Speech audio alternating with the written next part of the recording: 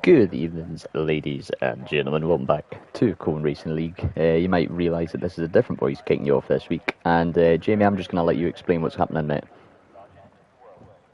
Yeah, so the reason why I'm not in the session is because of my F1 was updating and the boys in the chat got reminded me, so yeah, that's what it is really, but I'm going to have to set the sidelines for now and hopefully can join back the session. Yeah, we'll get you in at some point, mate. This is your yearly, seasonally Jamie Morris NPC moment, I think we could call it. It's not an NPC, but I just generally did not know that there was an update. Like, no one said Jack, no one said anything. It's not our responsibility to remind you, Jamie. Come on, son. Hey, how am I supposed to know there's an update? The same way everybody else, but we are back in round number 4 for this Mexican Grand Prix. Of course, last time out, Jamie, was the French Grand Prix. Indian Jesus taking that win. But what could have it been for Mr. Crack? That spin late on, really compromising a chance at some good points and a good finishing up in P4 at the end. Clark PR and DC sneaking onto the podium. Again, another good result for those two drivers after a cracking start to the season in Jeddah. But that was round 3. This is round 4, Jamie. We are in Mexico. A little bit of a different track to France, it must be said. Tyre wear, again, it is a factor here.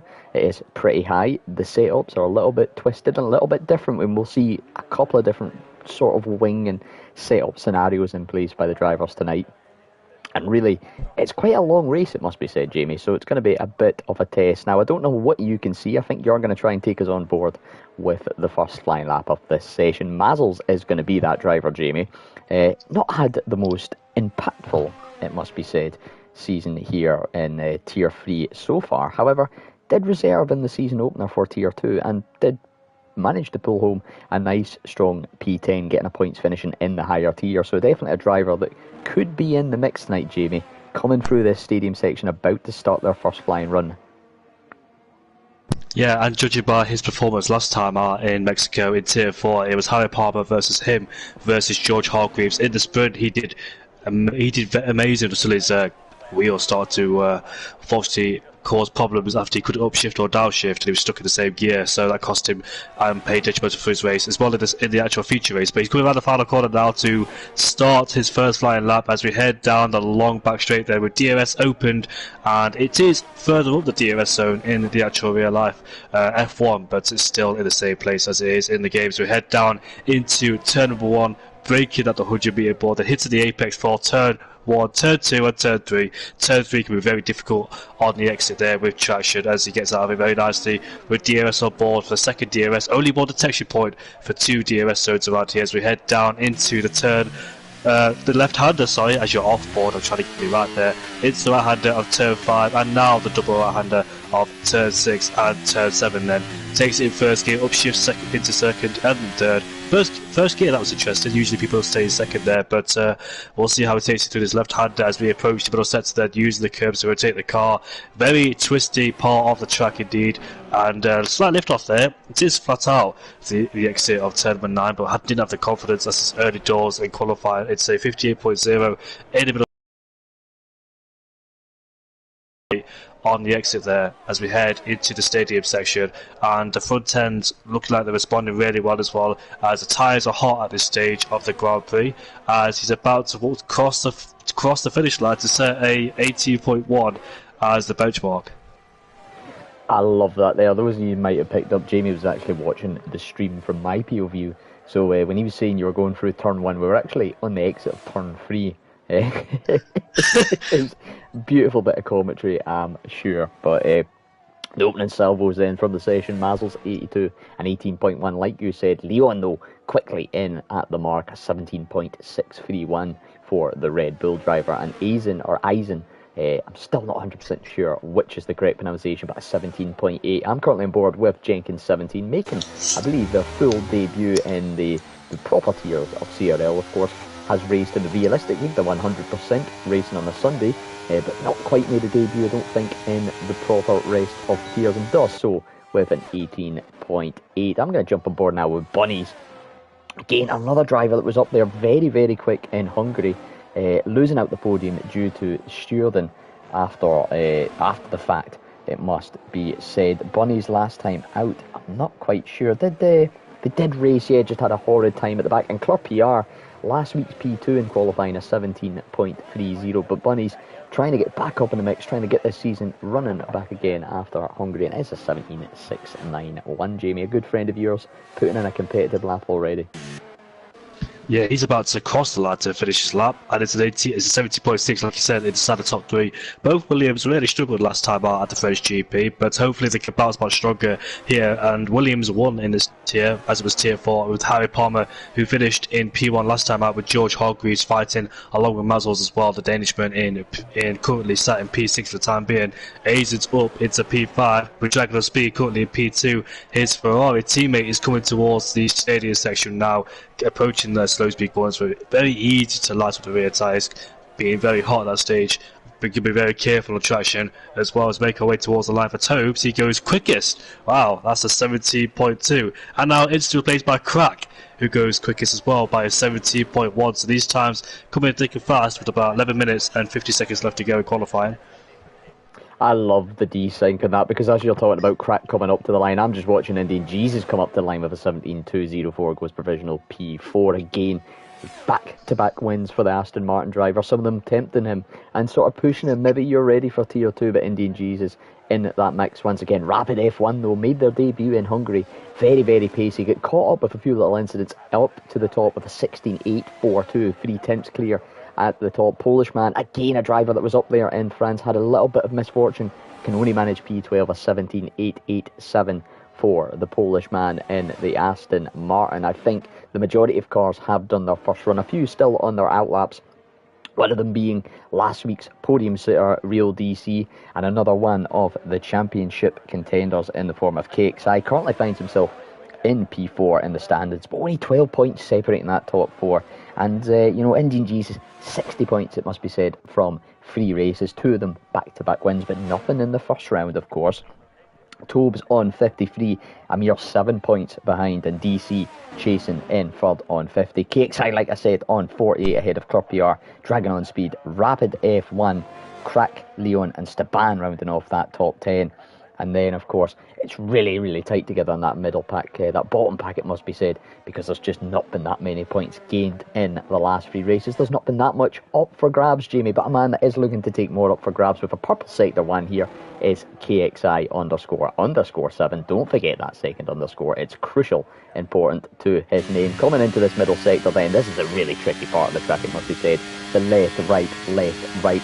And this could be a corner to watch in the release. These curbs, you had to use them to get the maximum out of your lap time, but use and abuse them a little bit too much, you will find yourself into the wall faster than, I don't have an analogy ready and prepped for that tonight, I'll think of one at some point, Jamie. Into the stadium section then, again another tricky little couple of corners, some tricky curbs that can really catch the drivers out, but he's navigated it very, very safely, very, very well, all the way to the right. Chooses to take a wider line, maybe going to compromise a little bit of speed, but does get a 16.782 provisional P1 for KXI, Jamie.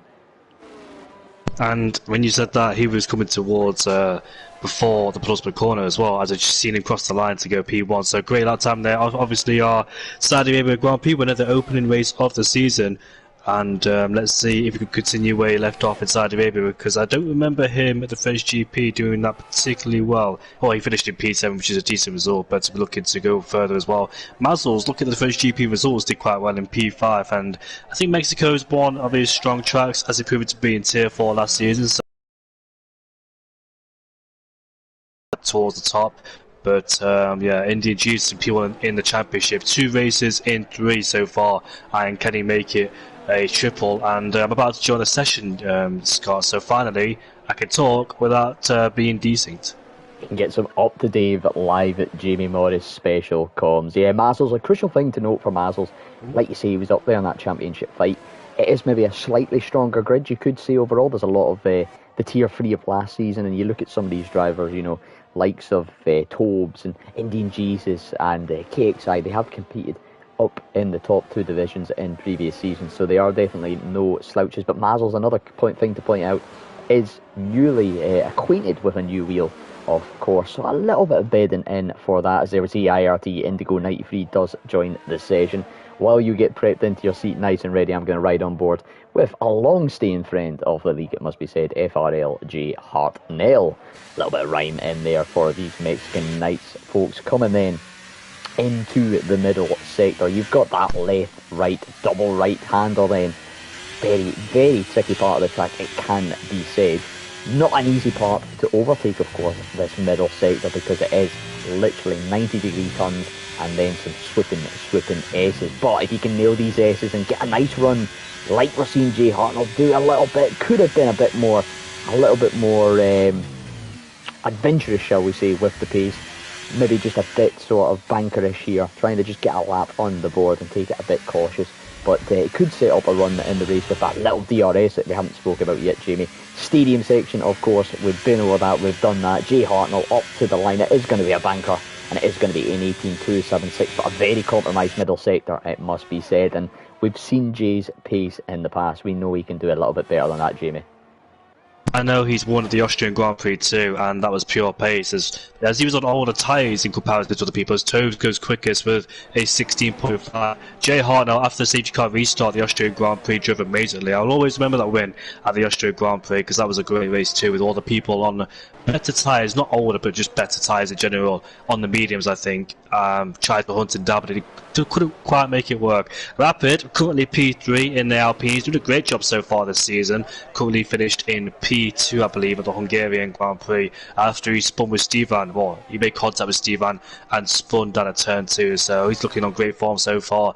Is the Alpine driver currently in P4, and let's see who else in the field's doing a great job. We see cracking P5 Clerpiar. I think he took pole position last week, if I'm not mistaken. He did a great job. He surprised me, because I wasn't expecting to get a pole position, but he did it and pieced it all together and did a great job. Dragon of Speed, his pace has been fluctuating a bit this season. He's sometimes inside the top 6 and sometimes struggles out there, so let's see what the Ferrari driver can do. I think he's just completed a lap time down in P11 with a 17.5 then, so he needs to find a few more 10s if he wants to find himself inside the top 10. And Rapid, talk about him, has gone quicker with a 16.3 in the Alpine then, and he currently on pole position by under 2/10. Yeah, I was riding on board there with Rapid through that final part of the lap, and he was, well, no pun intended, looking very rapid, very planted. Crack, though, is on a flyer around about 6 tenths up. If that differential at the end of the second sector is to be believed, that could put him in the mix with the likes of Toves for P2, but a little bit of time through the final sector could see him move into the contention for P1. Just misses out by about 1.12 of a tenth here, Jamie. Toves, I'm going to correct you, it was last week's pole sitter. Clerpiar narrowly missing out in the final runs, just getting pipped by the Ferrari, but having a slightly better and cleaner race, it must be said. Dragon on Speed, you know, I don't think there's a better word to describe his pace than fluctuating. Up in there with a 17.213, however, P6. We saw him in Hungary struggling at times at the back, spinning, but a real prime example of just never give up, keep on going until the checkered flag. Pulled it all the way back from P20 at one point, I believe it was, to a podium finish, thanks to the mixed conditions and a little bit of safety car shenanigans. KXI then, once again, one of our contenders, rounding this final corner, Jamie, and does go into the pits. It looked to be on a flyer, but maybe deciding with 4 minutes on the clock, get into the pits, fresh tyres, and we'll go again right at the end.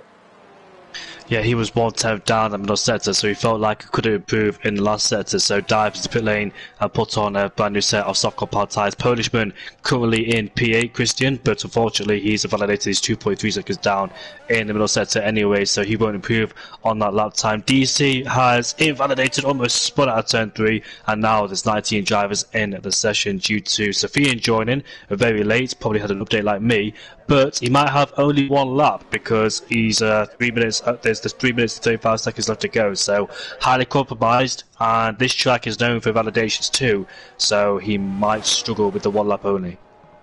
Yeah, he's gonna. Well, first of all, he's got to get in, select his car, select his setup. So he might even be pushing it for time. We'll wait and see. But Safin is in, like you say. We are going to get 19 drivers on this grid tonight. Brilliant to see that the numbers are still retaining very, very high, even if it means a little bit of help from reserves. And speaking of reserves, Jenkins 17, currently in P17, is going to be the first of the final runners, coming out a little bit early on this last run.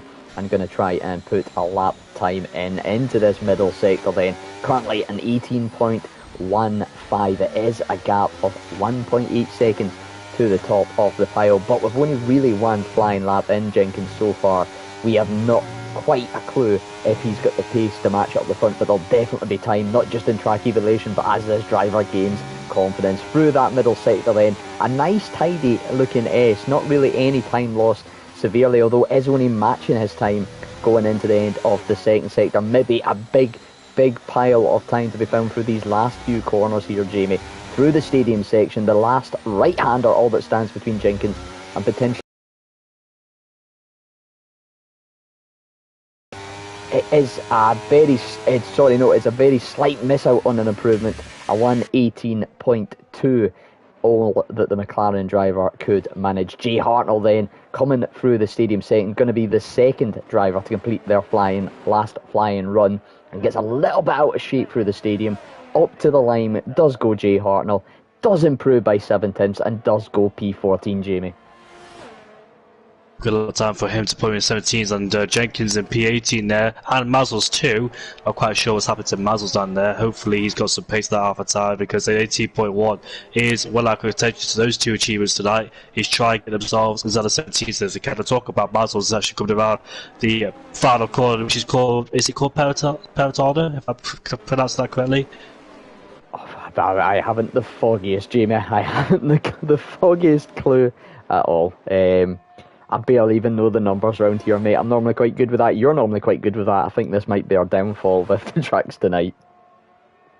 Yeah, and I remember Nigel Mansell overtaking, well, I don't remember who calls it born, but I remember seeing highlights of Nigel Mansell overtaking Berger into Pelotarda, where Senna got a puncher and Alan Frost came from 13th to finish in first. I honestly don't know about that. I remember just the history of Formula 1 for the whole years. I've been interested. Here comes Claire PR on the far corner. He goes into P6 with a 16.8. That's 4 tenths improvement. And I think qualifying has commenced for him, as there's not enough time after the session. So P6 at best. Nacho in the Williams puts his Williams inside the top 10. Both Aston Martins arriving on the scene, but I think they're going for their flying laps as Polishman and the Indian Jesus line astern. So I think Polishman will get a decent slipstream as Asian goes into P6 behind his teammate, or P7 it must be, of Claire PR. Decent lap time from Aizen there, with both Hassers inside the top 10. But these lap times then, one chance only. You make a mistake and that's qualifying done for you. And let's see who will take pole position away from Rapid. Kenny could take pole.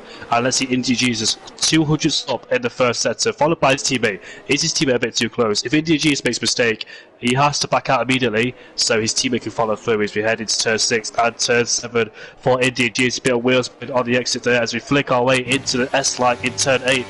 I'm flicking in through these corners, carrying as much speed as you can, and there's Alpine off the track. I don't know if that's rapid or not, but if it is, qualifying's done for him. And KXI goes quickest with a 16.2 then.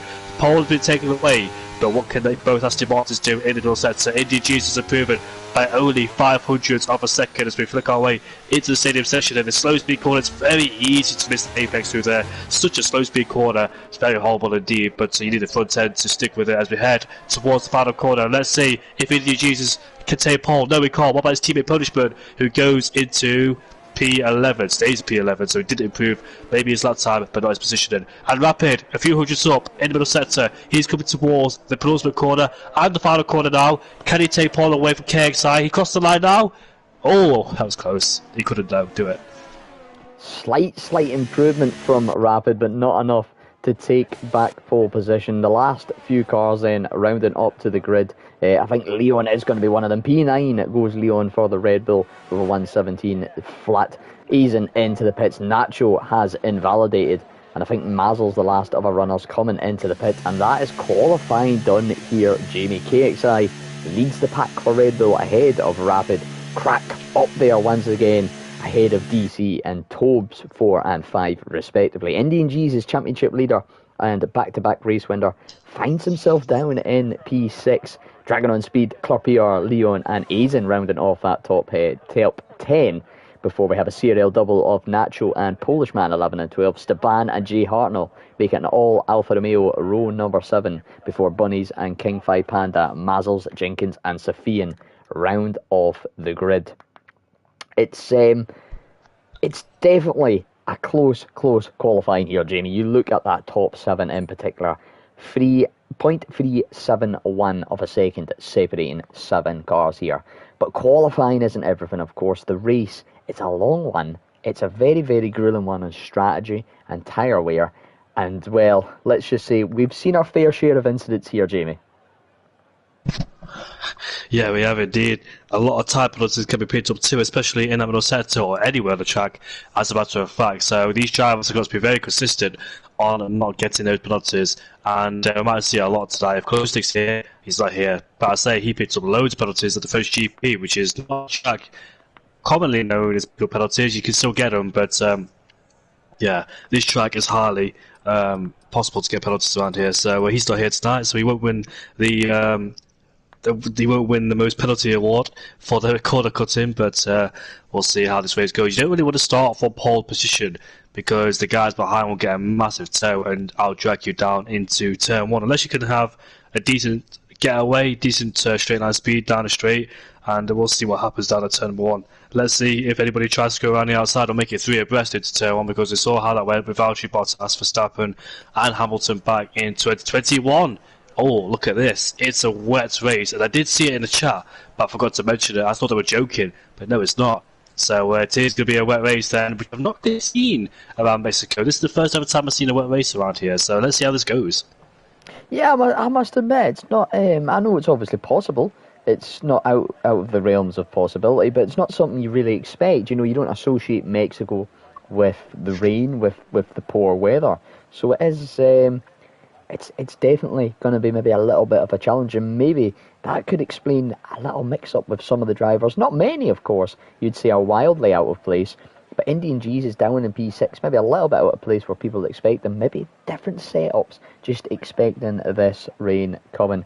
Of course, we do have 36 laps of this 4.3 kilometre, 2.6 mile circuit here. I believe, Jamie, you'll be the man to know this fact, that it's the highest track altitude-wise on the calendar.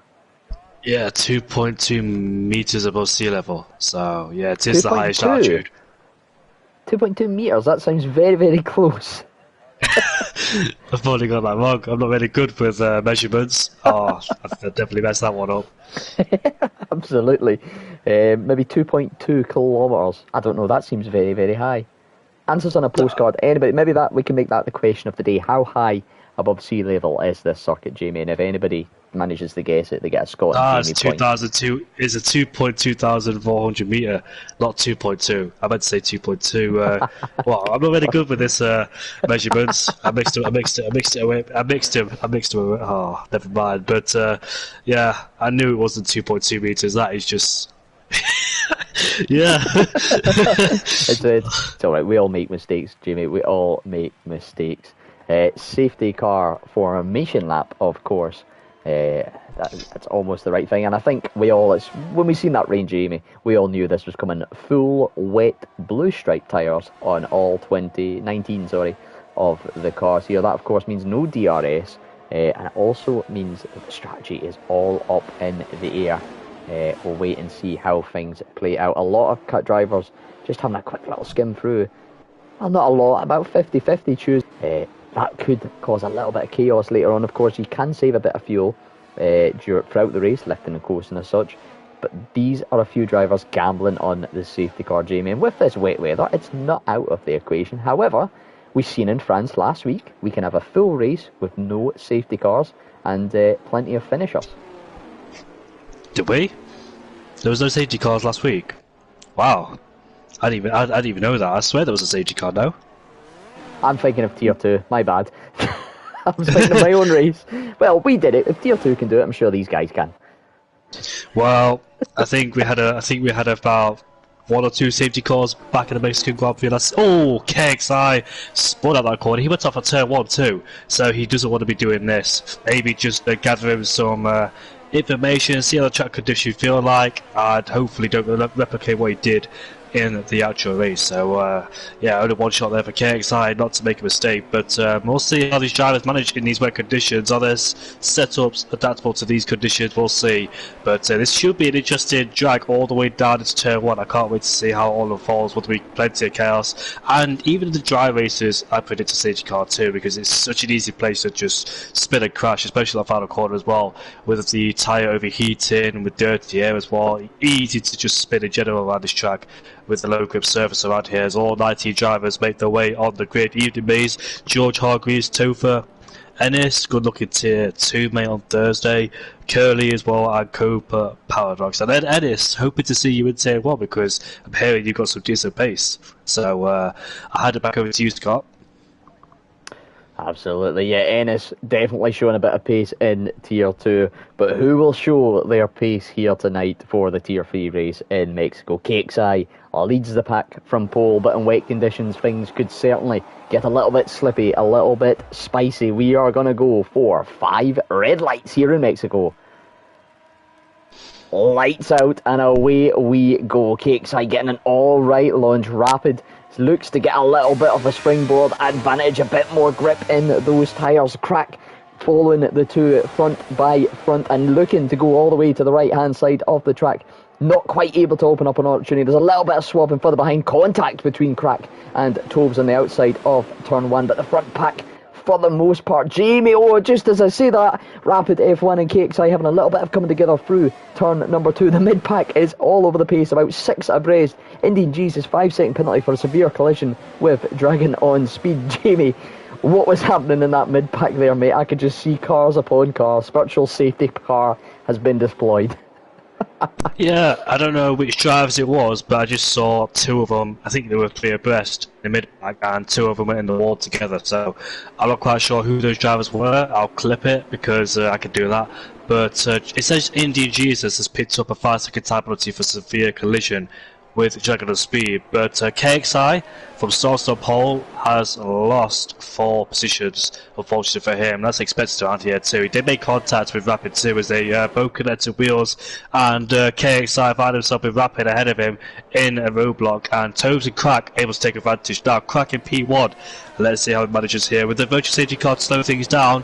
No full safety car because not severe enough to cause a safety car, so we're all going to follow Delta, and once that ends, off they go. And Polishman, let's see what he's doing down in P9. It says he's very close towards DC. It hasn't got a Delta, or hasn't got a gap to interval or leader towards DC, so I thought it was side by side with him, but hasn't got a time machine on the board.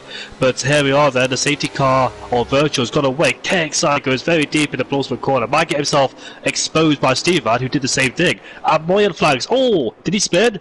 I just went on. I just heard have a massive snap of wheel spin on the exit of the final corner, but it looks like he got away unscathed. Stevan under big pressure from Dragon on speed right behind him too, who under pressure from DC. There's another. Is that a safety car? Virtual again. It's another virtual. I think what caused that there was Indian Jesus had a big tank slapper coming out the final corner. It looked. I don't know. There might have been contact. I'm not 100% sure. And just went really far off. There is 3 cars into the pits, so I'm assuming they were involved in the turn 1 incident. One of them I did notice was Club PR down 11 positions, but lap 2, second virtual safety car here, Jamie. I think a few of the drivers struggling with these wetter conditions, maybe struggling with a bit of tyre heating, of course. Maybe we do know the game can be a little bit tricky around with the wet tyres. We do know Mexico can be very tricky with grip. Maybe it's just that killer combo, Jamie. Mexico, a low grip circuit, a tricky circuit with wet, severe wet conditions, just causing a little bit of chaos. But 19 cars still in the race, crucially.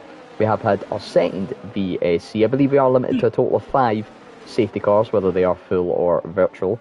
But hopefully, fingers crossed, we'll get a little bit of green flag racing as we do go back to it again. And once again, congratulations to all the drivers for not getting a drive-through. Tobes at turn 11. Oh yeah, I'm not muted. I thought I had put myself muted then. Tobes at turn 11 had a massive tank stop on the exit. He's been swamped by the cars ahead of him. Stevan's ahead of Dragon on speed into the stadium section. They go.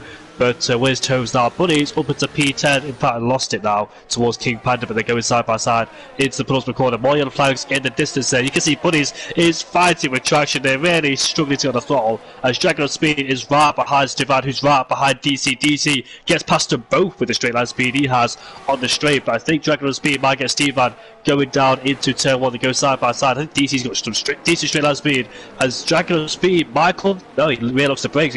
There goes KXI, who goes very deep into turn 1 and turn 2, compromised into turn 3 as well. Stevan around the outside of Dragon of Speed, they're all squirming, they're all jockeying for position, fighting with the conditions, with their cars. Oh, big crash! And I think all 3 of them connected there. Dragon of Speed is in the wall, and that's our 3rd virtual safety car in 3 laps.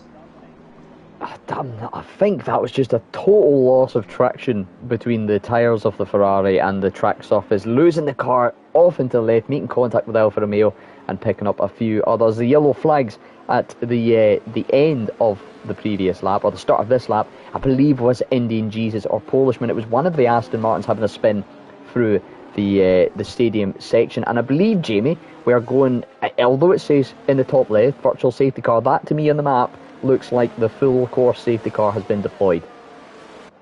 Yeah, the yellow thing going down the straight, so it is a safety car, so yeah, good position there, Scott. I didn't even know that, but here we are.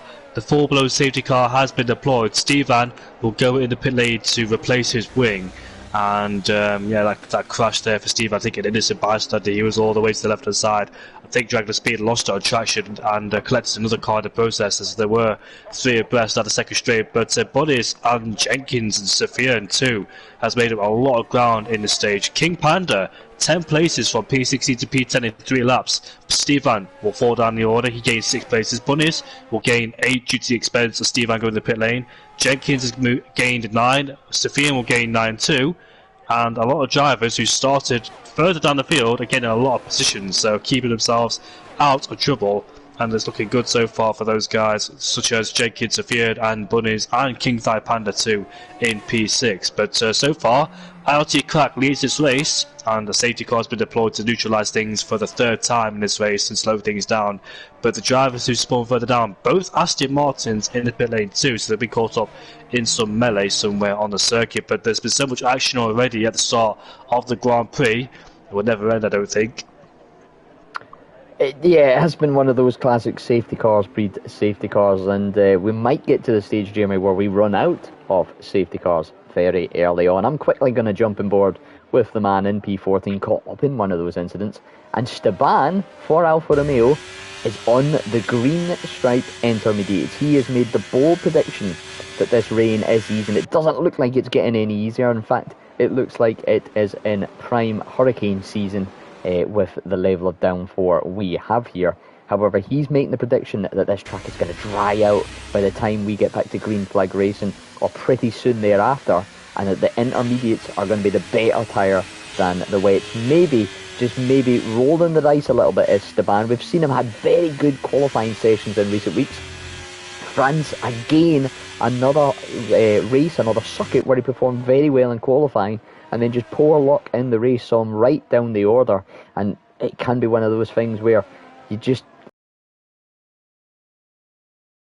that you're trying to push so hard because you know you have the pace, and maybe this is his way of getting around that. He's rolling the dice, as Esteban Jamie, and well, if it pays off, this could be the moment of the season, or the big brain of the season. Very similar to the time that Hedgehog 11 put on mediums in kind of similar conditions in Belgium to win the race back in Tier 4, all the way back in Season 7, I think that was. Wow, and I'm watching that crash between Stevan, Parishman and Dragon of Speed, and the Aston Martin was in the middle. Dragon of Speed did not lose on traction, it was all down to just 3 into 1 doesn't go, and Dragon spun into Stevan, who lost his wing, and Punishment spun in the process too, so that's why all 3 of them are in the pit lane there, unfortunately, in that big crash, just tagging each other. But this safety car then I'm more bored with the DGs currently down in P18 now, Dragon Speed in the pit lane once again. This could be a big blame move, from Stevan. That's if the conditions are withstanding the inters, if it's not too much standing water out there. But we'll see if Stevan's pulled off a big blame move, or could it be one of the worst moves of the season, find himself tumbling down the order into P19. For his sake, he better hope that these conditions start to light up soon, or just come into his play. But majority decided to start there on the wet compound tyres, as you can see at the top left of your screen. And the guys who pitted as well, Dragon Speed, decides he thinks the wets are the better way to go. It does look like there's a lot of standing water on the circuit, so I think the wets are the best way to go. It's like on Hungary, where some people put on the wet compound tyres. That was the best way to go because it only lasted for about 5 or 6 laps. But we'll see if the rain just starts to ease off momentarily, and once we get back to race selection. Yeah, we'll find out very, very shortly. A little bit of insight on that, though. Our good friend George Hargreaves letting us know from the driver box, particularly the Red Bull driving box of ex-Leon 1, that the rain is apparently here to stay. We can see those puddles real and truly visible on the track, meaning it is probably, like you say, more towards the wet conditions. However, anything can happen, and this track could dry out quicker than an old lasagna in a toasty old oven. There you go, there's my weird analogy of the night, Jamie. I knew I would get one in. But we are on lap 6. We are 1/6 of the way through this race, and we're yet to see any proper green flag racing, it must be said. However, 19 cars still in is the main thing. All of our drivers on the lead lap, all of our drivers going to be in the lead train, and we are going to get an effective race restart, I believe, at the end of this lap. The only driver then not to have switched up positions, it's Mr. Consistent in the form of Rapid F1. We've saw him have a little bit of touches here, a little bit of carnage, but apart from that, staying very, very similar. Of course, DC, Crack around have gained the position as such, but Crack, Rapid and DC doing very well to keep their heads while everybody else around them seems to be losing theirs. It is going to be a bit of a drawn out race here, I think, Jamie, just with this weather, of course, and it is going to turn into a little bit of a race of endurance, you could almost say. Yeah, what do we think weather-wise then? If it stays the full wet for the conditions, just an easy one stop on the wet tyres, or do you think anybody could try and gamble it out? Of course, they don't need to pit. Do you think we could see some shenanigans where somebody stretches it for the full 36 laps? I don't know, because I don't know how good the grip is around this track on the wet compound tyres. So I think it's a one stop. They don't want to be out there on old wet compound tyres, others have to grip the corner. But the safety car is about to come in at the end of this lap. Like we talked about Rapid and DC, they've been on the podium twice at once for DC. Their consistency is really great as well. DC made a great move on Dragon and Speed and Stevan down the straight. It's a bit of a overtaken in the midfield on this helicopter cam I'm seeing.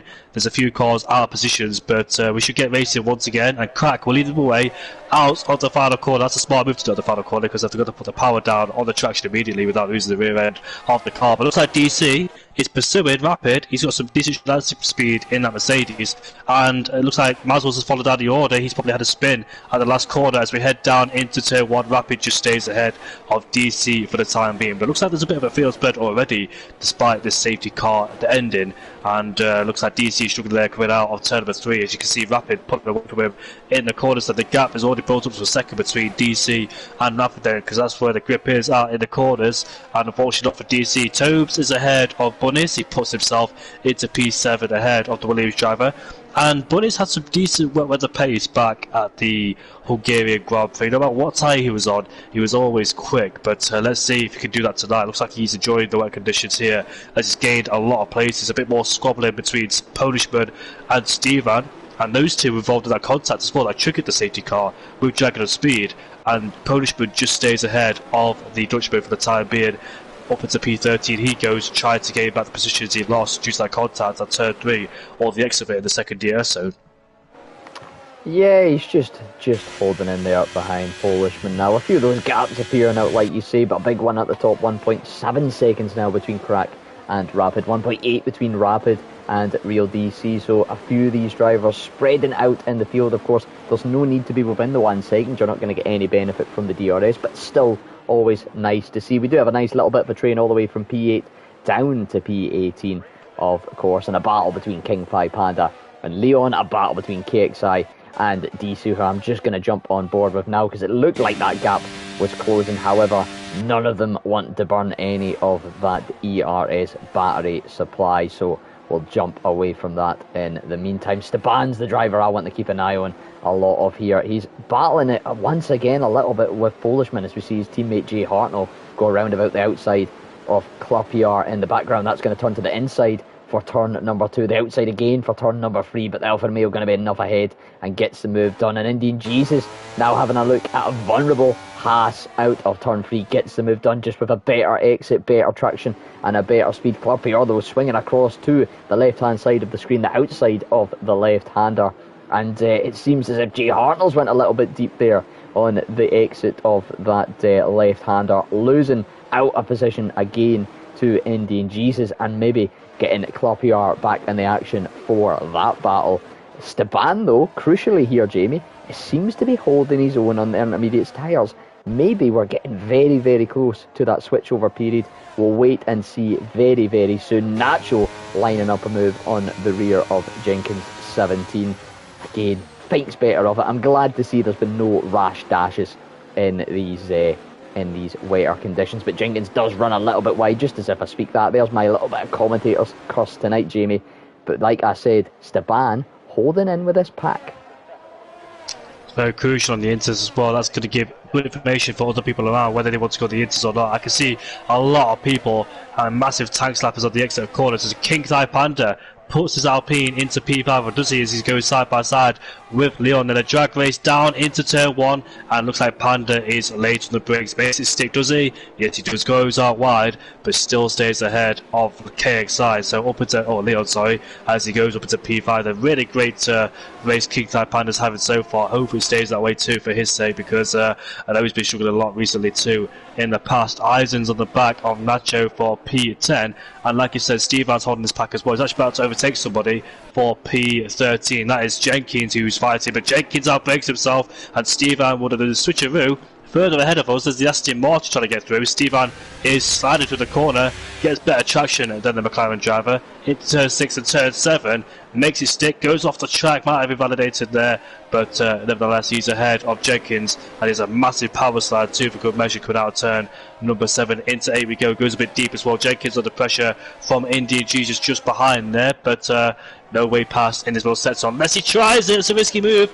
Oh, that was a good move indeed from Indian Jesus. I thought he would go off the track or make contact with him, but Dragon of Speed gets through as well. So unfortunately for Jenkins, he's starting to struggle now in these wet conditions as Jay Hartnell has passed him. Yeah, Jay Hartnell went wide coming out of turn number 3, like you said, and I think Indian Jesus made the move on him to go up into P15 as that was. As you can see that the Haas of Claire PR also fighting with the McLaren driver. He's trying to hold on there, and looks like Leon's dropped, looks like King High Panda's been dropped by Leon, or the other way around as Tobes has now overtaken him up into P6. So in one lap, Panda's gained about 2 seconds on Leon already. That's incredible, the amount of time he's found in one lap alone. Sofian is up into P8 ahead of Bullet. Sofian's been making great moves as well, and the Polishman is ahead of Eisen. Despite no DRS around here, we start to see some decent moves into different parts of the racetrack. Oh, you can see Punishment. Well, I saw Punishment had a massive power slide out of turn number 3, almost lost the rear end for good measure, but thankfully saved the car. As Stevan's all over the back of him, he goes down the inside into turn 4, but I think the Aston Martin holds the outside line, and you can see Stevan also sliding through the corner too as he continuously fights with the car, and also the Haas behind him who's also putting him under pressure. So I'm not quite sure which of the better tyres, because you can see Stevan fighting with wet runners and trying to get positions, but it's out of the traction zones where he struggles. As you can see, optimistic move from Indian Jesus, made it work up into P13. That was a great move on Eisen there, caught off guard too for good measure. Yeah, great bit of scrapping going on in this mid-pack. The switch and the difference in the setups maybe coming into play here, Jamie. We do have yellow flags through that middle sector. I think that is Jay Hartnell having a bit of spin as we see Sofian and Bunnies go a little bit deep coming in to the stadium section. Mazel's having a spin as well through that second sector, maybe just losing it on the curbs ever so slightly. But like I was saying, maybe the difference,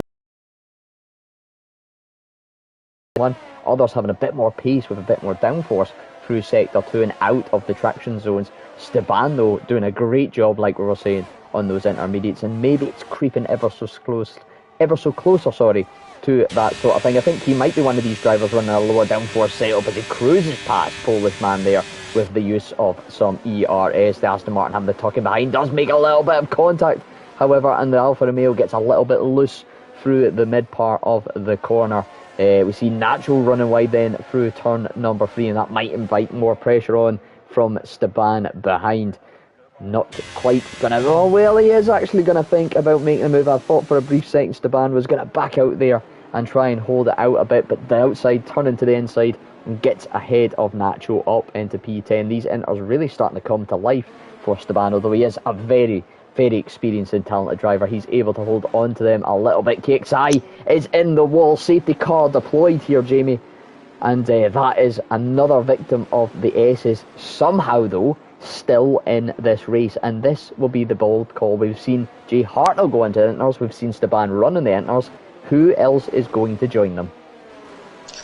We'll see. I think Sofian had to let KXI go, as KXI did collect the car up and point the right way, and yellow flags came up for Sophia to let him go, but unfortunately for KXI was running in a great position in P4. So we're seeing drivers in the pit lane. Is it a brand new set of wets, or is it going to be inters? We're about to find out right now as Crack enters. We can see the green striped tyres indicating that is light standing water, light standing conditions, and it's good enough for the inters then.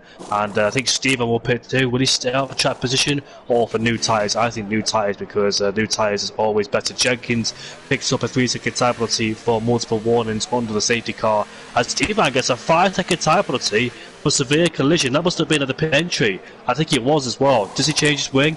Did he make any? Did he lose his end plate? I'm not quite sure. It was a quick pit stop, so he didn't change his end plate. I don't think he's got damage, but both Williams double stacking, and that's the big thing about here as well. When crossover point between two different tyres, everyone's going to be down in the pit lane, and you're going to lose out, unfortunately, with that double stack, depending where your teammate is on the track. And here we are. Then the inters are now being used, except for Dragon and Speed, and for Eisen in P11 and in P12. So interestingly, Eisen thinks that the wet tyres are the best suitable conditions around here, but from our point of view, it looks like the inters are the way to go, judging by how majority of the drivers are on the tyres. Yeah, you know, when 17 out of 19 go for the inters, your gut kind of tells you that the inters might be the slightly better tyre. However, we've seen drivers be wrong, and the few outcasts that make a bold roll of the dice, making the correct call and taking some good points, because it will wait and see on that one. The Esteban incident, we could call it, I suppose, with bunnies. It did look like it was just a concertina effect of people putting them brakes on as you come into the pit line. Of course, you've got to be below the pit speed limit. If not, you get a 5-second penalty. So I think just cars coming in so close together, Jamie, that there was a little bit of a concertina, a little bit of a pushback effect from one car doing it to the next, and just a little bit of touching together. Didn't look like there was actually any physical contact. The game introducing a bit of ghosting just to nullify that, make sure nobody got any damage, but unfortunately Esteban getting a 5-second penalty because of that infraction. Jenkins as well getting a 3-second penalty while that was going on. There is, I know there is a few issues sometimes with the pit lane, can give drivers a warning for coming into the pits in a very specific way. So maybe just a cause of that. Esteban into the pits then, likely going to just serve that 5-second penalty and get it out of the way. Eisen and Dragon both into the pits, maybe deciding to go with the pack, or maybe just a little misclick of one of the buttons on their steering wheel, their pad, whatever their peripherals it is that they use, and accidentally going onto wets as opposed to a fresh set of inters. That will then put, Jamie, 19 cars on the green stripe intermediates, and it must be said, looking at the track, yes, there's a bit more rain fell and not been cleared as we're under the safety car, but no, for the most part on the racing line and on the racing surface, those big puddles are gone. So I think we are safely into the inters period of this race. And now that throws up the question, you know, I like to throw up these questions here, Jamie. We've seen it go from wet to inters. Just when, or are we going to see it go from inters to dry? That could really spice up this race. The only one way to find out, of course, stick around, watch the remaining 23 laps of this Mexican Grand Prix. Currently IRT Crack leading the way ahead of an Alpine P2 and P3 Rapid and King 5 Panda. Tobes, Real DC, Leon, Bunny, Sofian, Indian Jesus, Natural rounding off that top 10. And what has been a very, very... do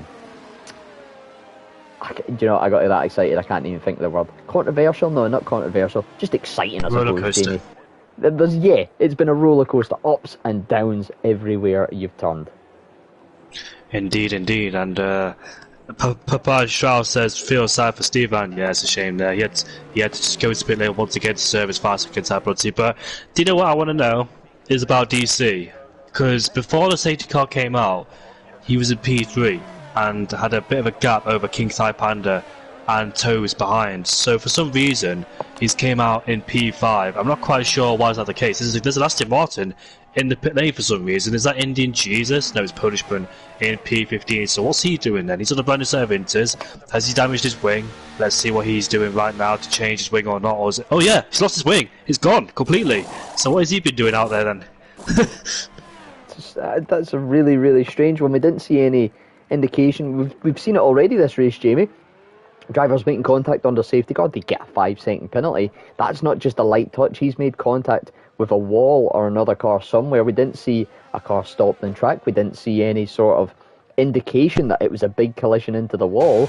So answers on a postcard with that one, but Polishman falling down into P19 will have the benefit of 1 or 2 lap newer intermediates, but you've got to say he would have preferred the track position he had over that most definitely. Will, of course, though, be able to catch back up to the pack. We should hopefully get back to green flag racing at the end of this next lap, and hopefully from there on out a nice stint of green flag racing. I'm not sure how we're going on the old tally count, Jamie, of the 5 safety cars of any variety, but I think we're getting very, very close to it. So it could be green flag racing from here on out, and that is really going to turn on a bit of pressure if that is the case, because you don't have that same safety net now, do they, Jamie? They've got to just race to the end, and there's nothing going to come out of nowhere, save them in the final few laps. It is going to get back to green flag racing on lap 15 of this race for, I believe, the third time. I think it is. I never knew that we needed 5 safety cars in one race for 50%. But last time we reached that limit was Tier 4 back in Spain. That was a chaotic race, and I can't remember who won it, but it was very chaotic, especially in the last few laps of that race too, where everybody was fighting for P3. And this is a bit of change position. This is what happened last time, you know, that same helicopter cam shot I'm seeing right now. Drivers are overtaking each other on the safety car, just all optimistic together. But here we are, both Alpines are side by side, you know, coming out on the final corner. As Rapid there might have been caught napping by his teammate, and now he's under huge pressure. What will both Alpines do? Let's see if they swap positions. Rapid goes to the right, King Panda trying to go to the right too, and let's see which one of these two. Further behind, DC versus Toes as we head down into turn 1 we go, and here comes Mercedes up the inside of the Ferrari into turn 2, side by side, and DC has the outside, converted to the inside, carries the speed, great momentum, and also up into P4. So yeah, that question between DC, what happened to him in the pit lane? I wonder if he had front wing damage, or did he... I'm not quite sure. Did he get held up in the pit lane by other people coming in too? I'm not quite sure. Or was it a double stack problem? But we'll see. What I mean by the double stack is, like, the driver box in front of him, I don't know who it is, which team, could have double stacked their cars and just lost the positions that way. But yeah, there wasn't a normal pit stop for DC, so I'd love to know what happened towards him to lose that P3 spot. I'm trying to think who it would have been. It would have been possible. I'm not actually too sure. The Mercedes, I think, you know, it's up that top end. Whether it was just an issue with the, of course, the turning into the pit box, where you have the time you're turning, Esteban adds to his troubles with a 3-second time penalty. Then maybe DC just getting caught out by that little aspect of the race where you had to specify when to turn into your pit box, and just, yeah, losing a couple of seconds in the pits under specifically a safety car, it can really, really lose you a couple of positions. He's made one of those up on Tobes, and is looking to try and maybe hunt down at these top 3, 2 Alpines and a McLaren. Tobes, though, not really hanging around himself, not really getting dropped by DC, but Leon having a little look at that Ferrari. It's Red Bull versus Ferrari, and Leon thinks better of it. Could have had a little send into turn 1 if he so desired, but thought, I'll live to fight another day just in case it doesn't quite go the same way that he hoped it would. Bunny's doing a brilliant job, it must be said, to try and re-catch up that gap. It was 3.4 seconds. He was caught extremely napping on the safety car restart. Still in the stadium section when the leaders were going, Jamie. But the gap down to 2.4 now to the rest of the pack. And what a pack it is he has got chasing him. Sofian, Indian Jesus, Nacho, KXI, Club PR, Aizen, Jenkins, Dragon on Speed, Staban, Mazzles, Polishman and J-Hart, not all within pretty relative touching distance of one another. It'll be definitely a nice little pack to keep an eye on. And speaking of which, Dragon on Speed going side by side with Jenkins through the first part of the middle sector S's and just gets squeezed a little bit too much, a little bit too tight. Two did not go into one there, and Dragon losing out a little bit of time. No damage to the Ferrari, however. Yeah, not a place to go side by side, but into turn 12 we go. I think Stevan's ahead now of Jenkins as Crack sets the fastest lap once again. So Crack for his second time for a race win. Let's see if he can try and do it after a missed start at the first GP. Arguably should have won that Grand Prix if he didn't make the mistake into turn 2. Such an easy thing to do when you try to hunt somebody down. Pressure's high on both ends, and in the end, India Jesus managed to pressure well and eventually won the race. But here comes, who was it? Sofian into P7 ahead of Bunnies. KXI back inside the top 10, but not yet because Nacho's not done with him going into turn 2 and turn 3. And looks like KXI will hold the edge over Nacho. Nacho power sliding out of corners. He's really struggling on traction. Is the Williams driver and currently down in P11. This is much better than their first GP they had after being in the last majority of it, or almost a lap down. But we've got both cars scoring points on their end, which they need the most, as Bunnies was so close to scoring the podium back at the Hungarian Grand Prix. We had him in the post-race interviews. But unfortunately, a post-race penalty added in, and he lost the podium that day, which was given towards Stevan. And yeah, Williams haven't got a podium yet. But King Thai penalty is not going to help his case whatsoever, and this might help DC in the latter stages of this Grand Prix if he doesn't pick up a 3-second time this himself. So desperate times, desperate measures there for King Thai Panda. But unfortunately, he picked himself up a 3-second time penalty, which might cost him towards the later end of the Grand Prix. And you don't want a safety car either towards the later end of the Grand Prix. Jenkins and Stevan fight once again. And looks like Stevan settled this one once and for all. It goes up into P14 ahead of the American driver in P15. Came from Xbox, and he was in Spider-Man's League on crossplay.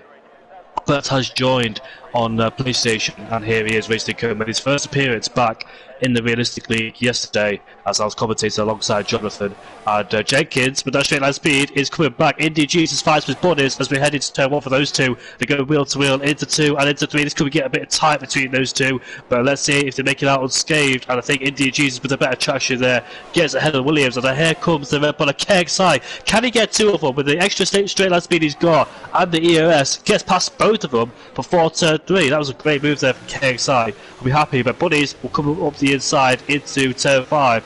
But Indy Jesus goes off the track and gets back on it ahead of the Williams driver. What's happened towards Stevan? Oh, Jenkins is down his P18 then, so looks like he's had a problem somewhere in that first sector.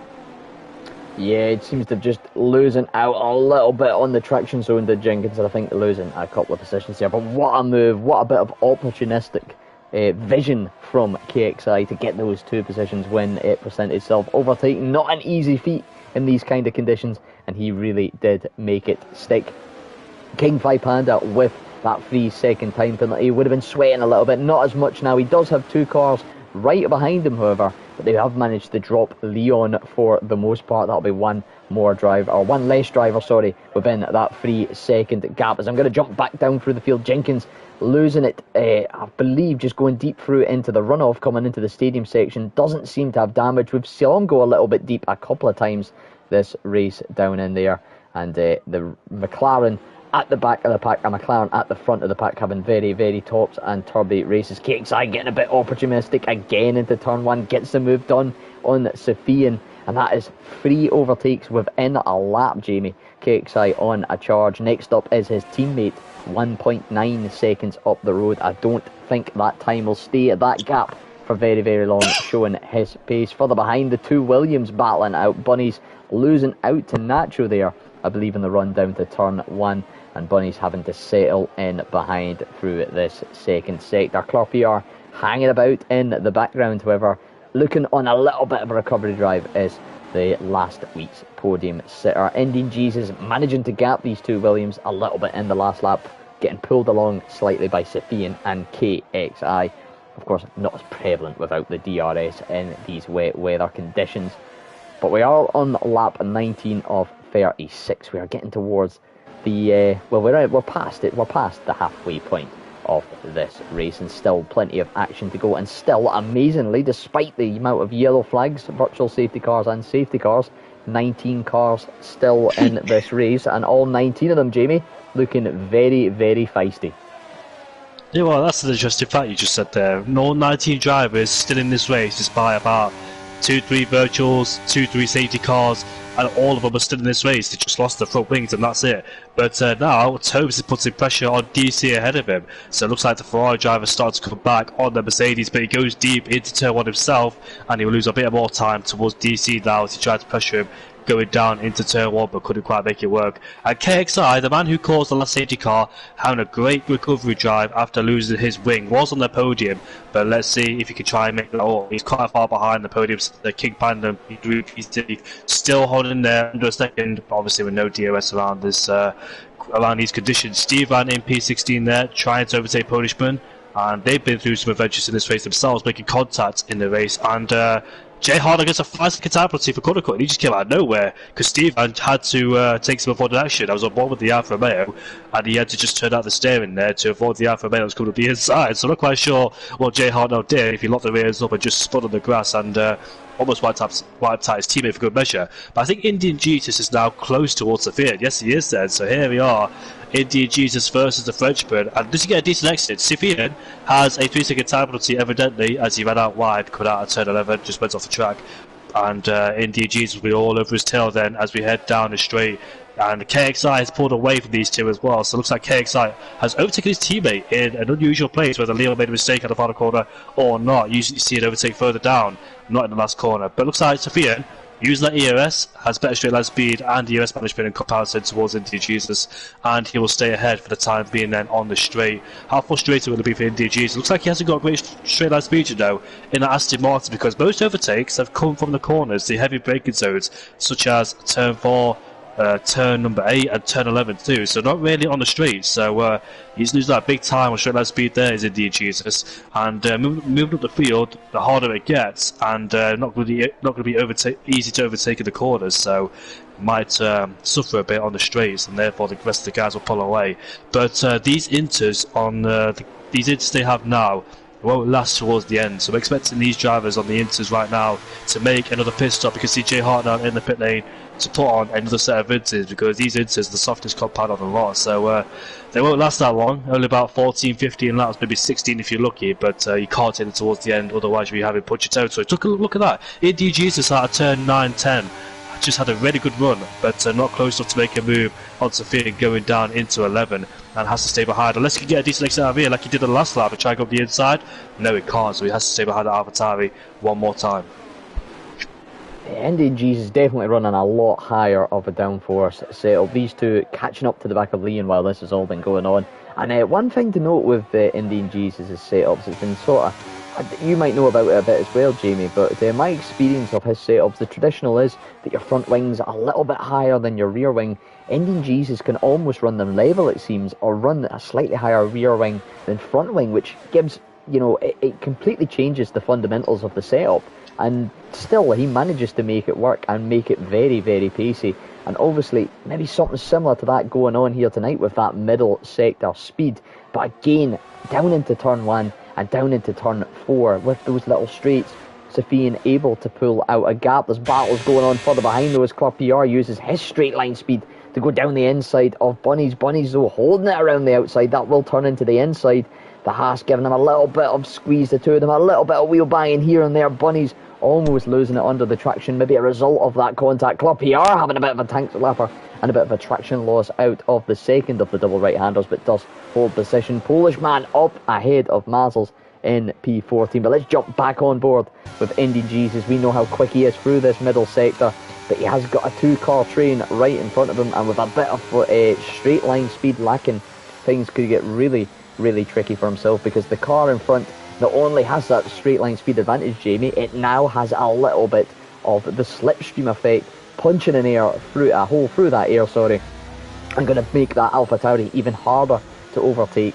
We'll wait and see how things play out, as Leon getting a little bit loose through turn 1. Sofian has to take a little bit of avoiding action, but look at the straight line speed difference here, Jamie. I thought for a second with that superior grip from Indian Jesus he would maybe get a run.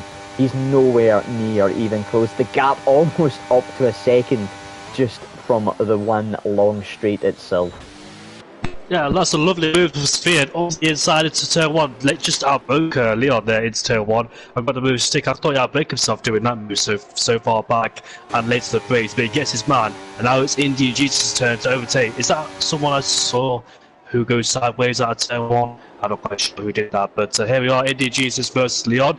Leon looks like he's really losing the car now on these old intermediate tyres, not giving him the grip he really needs, and Indian Jesus moves himself up into P8 he goes. Now Leon has got 2 cars behind him. Nacho, who's looking very pacey, with Clear PR still hanging on there, and I think it was Nacho the one who almost lost it at turn number 3, because I saw it from the background whilst I was watching that fight between Indian Jesus, Leon and Nacho. So, sorry, Sophia and Indian Jesus KXI.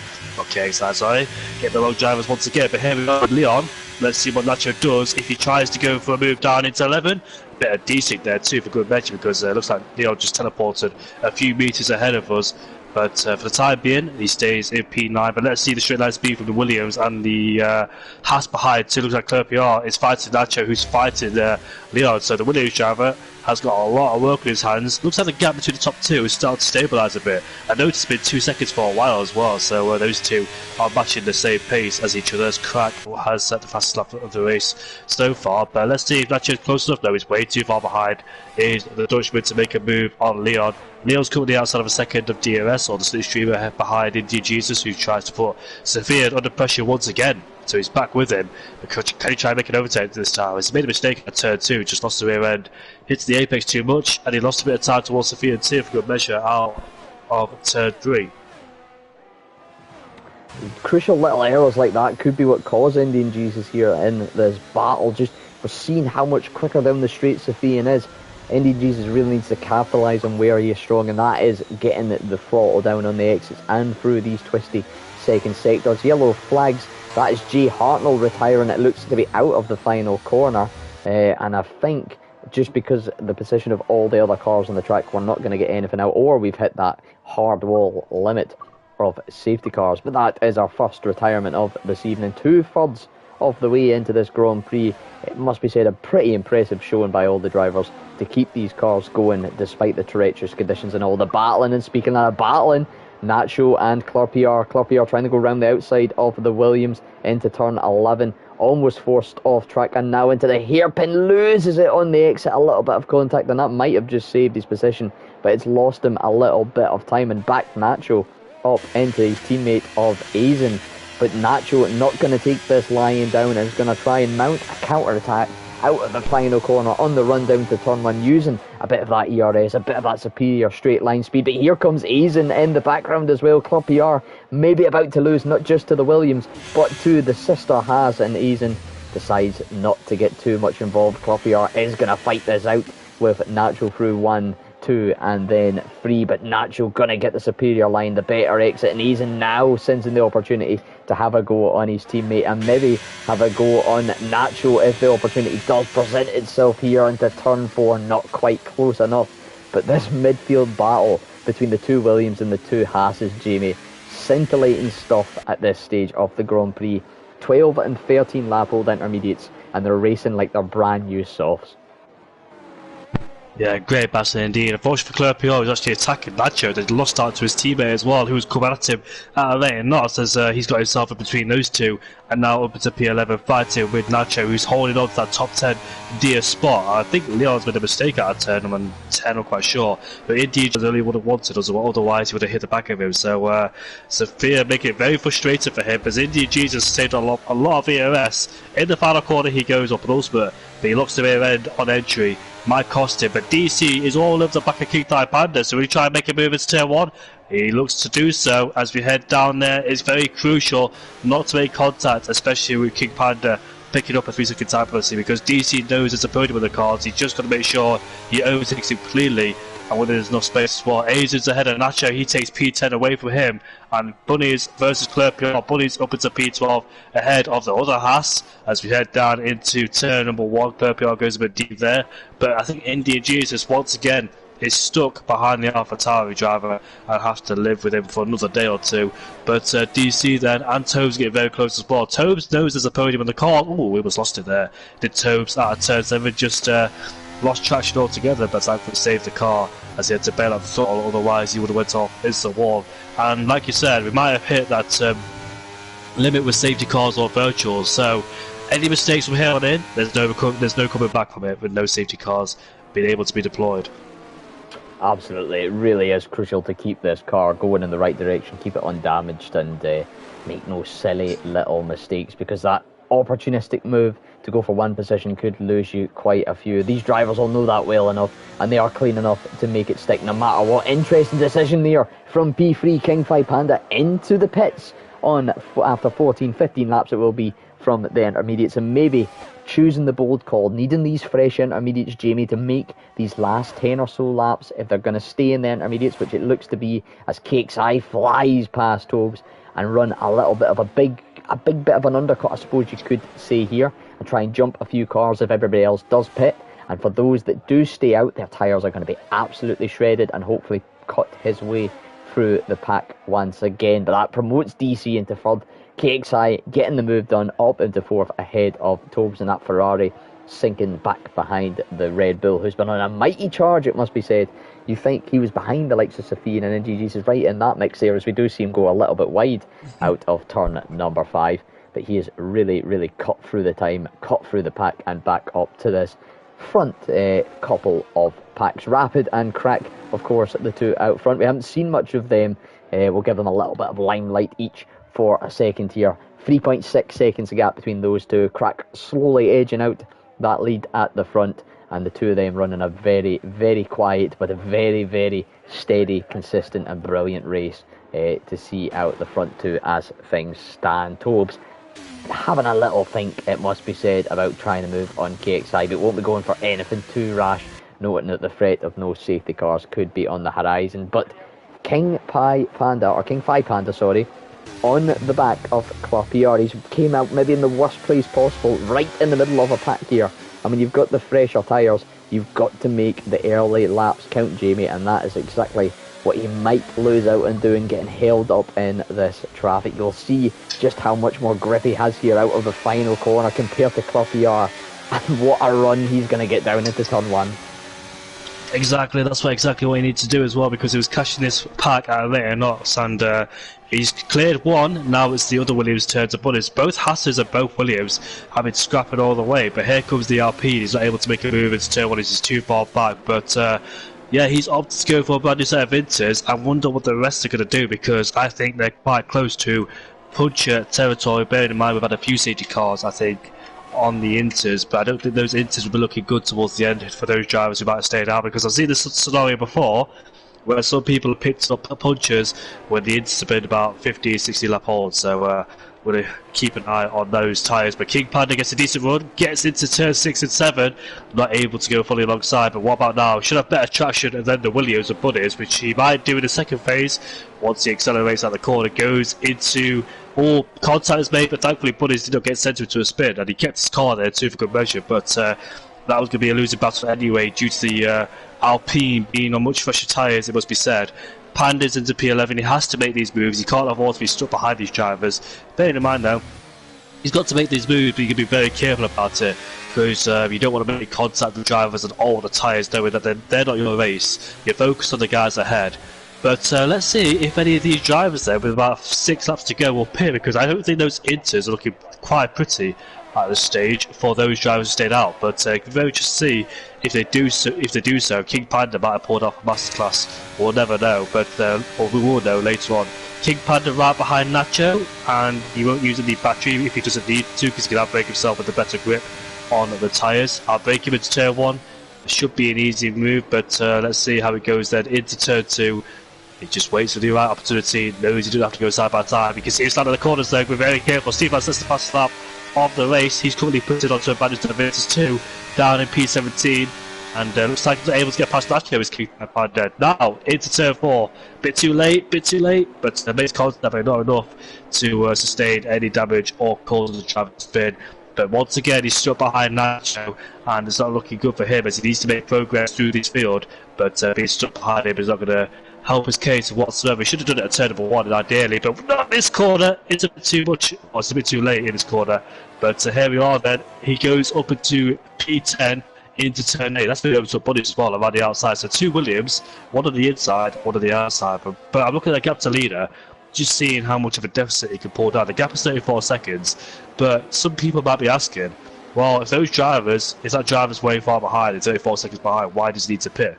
Well, the thing is about these inters is they could drop off dramatically, and 18 lap old inters, they should be coming towards the end of their stint if I'm not wrong about this, but I'm not quite sure, to be honest with you. Anything could happen in this race. I don't know how good the time management has been. I know the inters can't make it last that long, but it looks like they are. And Panda's right behind Aizen, who's about to overtake Leon. He goes up into P8. Panda will follow shortly. Let's see if he goes down the inside into 1. Leon looks like he's struggling a bit on those inters as we head down into the heavy braking zone and scrubbing off all that speed, approaching about 290 miles an hour. But Panda around the outside, who has the inside line, gets him into P9. Outtractions the Haas, will get him too, and he'll put himself into P8. If those guys don't pit at the front of the field, how many positions can he gain from there in P8? That is the $1 million question here, Jamie. Because the thing is as well, as the older tyres are starting to go off, the grip levels are going to come down. King Fi Panda's been on that similar grip level. He's now on fresh tyres, and there's that little bit of human doubt in you to begin with, where you're not quite sure where the limits are on the fresh tyres. Again, you take it a little bit easier. Lap after lap, his confidence is going to be rising. He's knowing the cars in front are on even older tyres. Lap after lap, their confidence is going to be dipping slightly. He's only going to gain a bit of confidence. He's going to know where he can brake, know where he can push, and start to really make some moves like we've seen and reel in some time. Bear in mind, he was just in front of Real DC. Now the gap, if my maths is correct, it's standing at around about the 15 to 16 second mark. So with 5 laps here, he has got to make up a few seconds a lap. But when you're accelerating maybe 3 times out of each corner that little bit quicker, that can quickly add up here, Jamie. And like we said, is anybody going to be in puncture territory? That is the key. His next battle for King Fi Panda, it's a familiar battle for everybody here on the stream. It's the one between Safian and Indian Jesus. But speaking of battles, Leon and CRL Nacho having a ding-dong through 1, 2 and 3. Leon leading ahead of the double Williams, following behind Bunnies.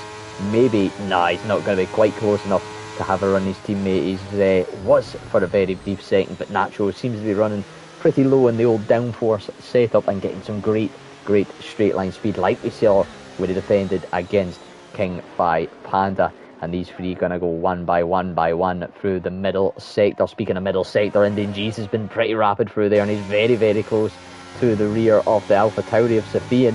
And a good run down at this little mini DRS straight. But look at how much more top speed. I've said it once, I've said it a million times here, Jamie.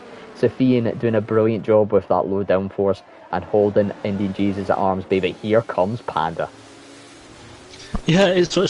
Well, it's not funny for Indian Jesus, but he's been stuck behind Atari ever since they just met each other on the track. But it's very frustrating for Indian Jesus. He's right behind him essentially, but it's just can't seem to overtake him. He's got a lot of EOS at his disposal. Here comes Panda, like you said. The gap between Panda and Crack was 35 seconds. That was 31.9. He's getting a huge amount of time, but how much will he lose out in this battle? I think the battle for P3 between DC and Panda depends how quickly he dispatches these two, which he can't seem to do into turn 1, but should have better grip through the corners anyways. Indian Jesus taps the back. And look at both Williams, they've been scrapping for 10th place at the majority of this race, just hanging on to 10th place. And Nacho seems like he's got the upper hand on Leon. He goes up into P10. Look at this. Oh, contact's made. And Indian Jesus backs out of that one. He goes into P7 now as King type Panda. Sophia goes a bit wide. King Panda chooses to go around the outside, or maybe just do the cutback and try and get better traction. And overtake up the inside into 6 and turn 7. That was easy than he probably thought he anticipated. But then Sophia decides to fight around the outside. And let's see if he ends this battle going into turn 8, which he does.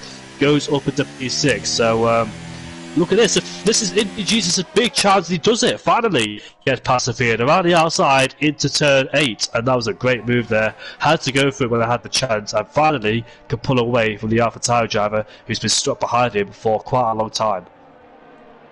Opportunistic moves on show tonight. Indian Jesus making another one up into P7, following King Panda through. But the key thing here is Sophian has had greater straight line speed, but that doesn't matter because Indian Jesus, as soon as he got into the stadium section, lighting up the rears, or I believe just losing under traction, and has spun and is back down into P8. I was about to say, could Sophian get a rundown with that supreme straight line speed into turn 1? We'll never know, because it isn't gonna happen for us. The battle then, big on show. King 5 Panda 10.9 seconds behind Toes. Bear in mind, Panda does have that 3-second time penalty. He's got 4 seconds to try and close that gap. And then you mentioned it as well, down into turn 1 last lap, there was a big ding dong, and we're seeing it continue on here between Bunnies and Leon. Nacho's been involved, Clopier's been involved, and Polishman has been involved. Bunnies down the inside into turn 3 on X Leon 1. And Clopier and Polishman hanging around in the background. Clopier having a little look down at which will be the inside into turn 4. Going to try and outbrake him, maybe. Decides better off it. But here comes Polishman around about the outside then of Clopier. Going from offence to defence very, very quickly. And looking to pounce for P12. Has to settle then for P14. This battle between these 5 drivers has been very, very consistent. Very, very clean and very, very entertaining to watch, it must be said. Indeed, Jesus, though, right back on the tail of Sophian for what feels like the 50th time of this evening, Jamie. It does indeed, mate. He just, when he had the chance to get past, he blew it straight away. But how much more frustrating could it be for him to get past Sophia as we head down to turn 1?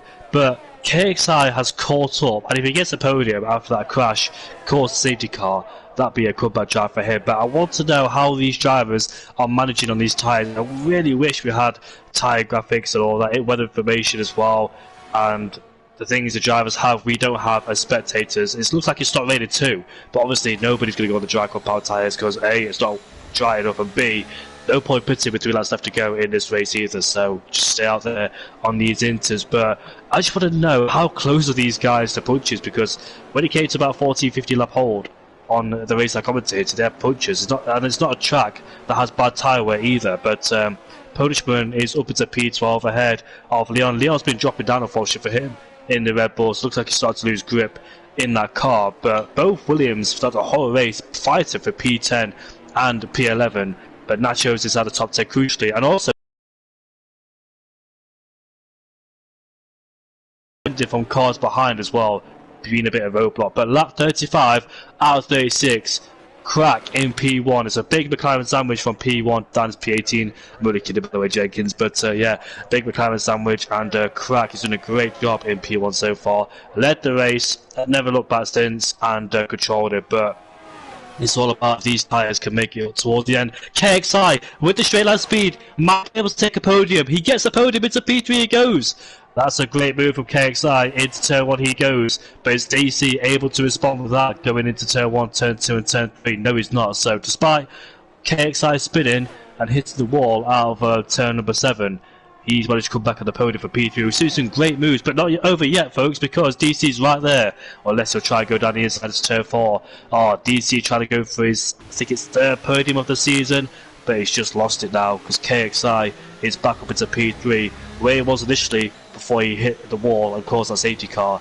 And we're almost about to go on the final lap of the race too with ILT Crack in P1. It's been a great race so far. A lot of moves been seen in unusual places like this middle sector where these two are headed now. But India Jesus once again stuck behind the AlphaTauri and can't do anything about it. Let's see if he can hold on to P7 there. King Tai Panda is 7.5 away from Tobe, so I don't think he'll catch him with 2 laps left to go in this race. But yeah, the only one to commit to go on the brand new set of Vinters, and it hasn't paid off so far. And we'll probably get P5 at best if he stayed out there, but unfortunately it might be P6.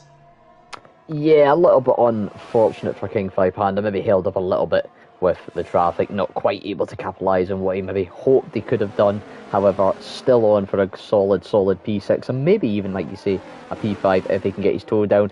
Just going to jump away from the battle I was looking at, because Real DC, with a better exit out the final corner, has got the run on KXI. KXI fighting back though without superior straight line speed. Down into turn 1 they go, the Mercedes on the outside and the Red Bull on the inside. That'll swap round and then swap again, and maybe DC with that superior traction going to try and get a better exit here. I thought he might go for a switchback, decides to just do it the old-fashioned way round about the outside and trying and desperately hold down to the inside into turn 4.